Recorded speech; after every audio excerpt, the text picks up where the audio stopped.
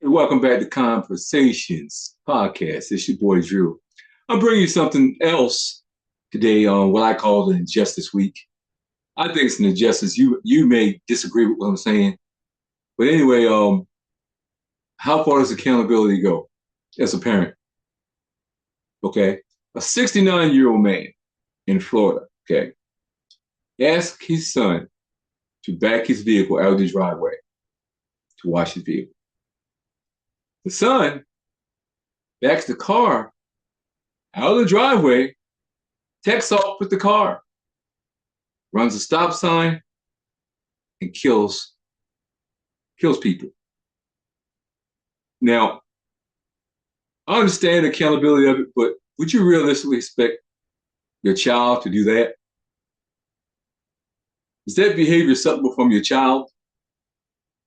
Anyway, the father was sentenced to 37 years, the age of 69, in what I call vengeful accountability. Because as a 15-year-old, he was a minor at the time. They couldn't give him the time, so they gave it to his father. Where does accountability stop? I'm gonna let you guys see a little bit of it, see what you guys think. Here we go. My only hope is that my words show the sincere of my sorrow and the deepest of my responsibility for this tragedy. A father's final words before learning his fate for the crash that killed a family of 4, caused by his son. A judge sentenced Richard Ferguson in just the last couple of hours. West Show's Spencer Tracy is live outside the courthouse with the late-breaking details. Spencer. Yeah, Richard Ferguson was sentenced to 37 years in prison, and with his age, that's where he'll spend the rest of his life. It was an emotional day in the courtroom for him and, of course, the victim's family dealing with the unimaginable loss.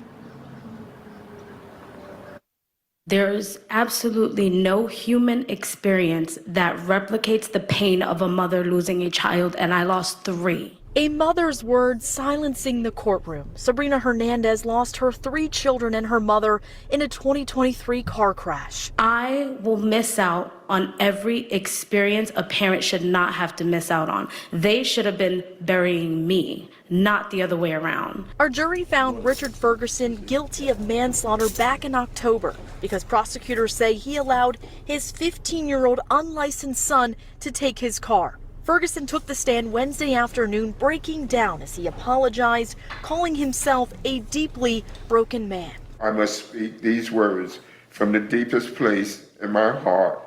I am profound sorry.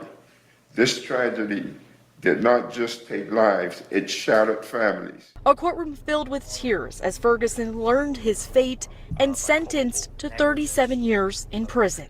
I just pray that my family's death is not in vain and justice is served for the individuals that are responsible for these actions. Before this sentence, Ferguson's attorney asked for leniency, pointing to his client's stage 4 prostate cancer. But prosecutors pushed back, saying the family deserved justice. And I pray that the Lord takes pity on this man, because it's a pathetic excuse for a man to sit here with your head down and can't even take accountability. And this is absolutely incredible. It's hard to believe. It's hard to really watch. As a parent, you just imagine that. I know when I was a kid, my mom would have me move the car. No problem. If I took off in that car, I would be here right now because she whipped my ass within an inch of my life if I lived through that. But how far do you go with accountability for your children? What's too far? It almost seems like to me, look, I feel for the victims and their family. I really do. But it seems like they're directing their anger at the wrong person. This man was not in the car. His intent was not for the boy to go anywhere. This man suffered from stage 4 cancer. He's elderly. He just disobeyed him. Now he's paying for it. 69 years old with effectively a death sentence. And again, I understand the victims, the families are upset, but there comes a point where you have to recognize what it is. I mean, it is what it is. You had a child who was hard-headed, decided he was going to do something that he wanted to do, and created a catastrophe. He destroyed families, he destroyed lives, but he's still young. And his father is the one who's going to take the brunt of that. He's lost his father forever because of a hard-headed decision. I know everybody right now is probably watching this. I guarantee you, at some time and point, probably as a kid, you moved the vehicle for your parents. You probably have.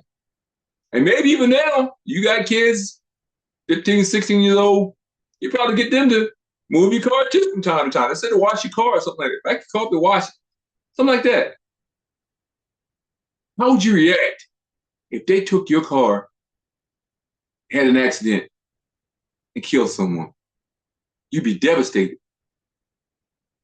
How far should the consequences go?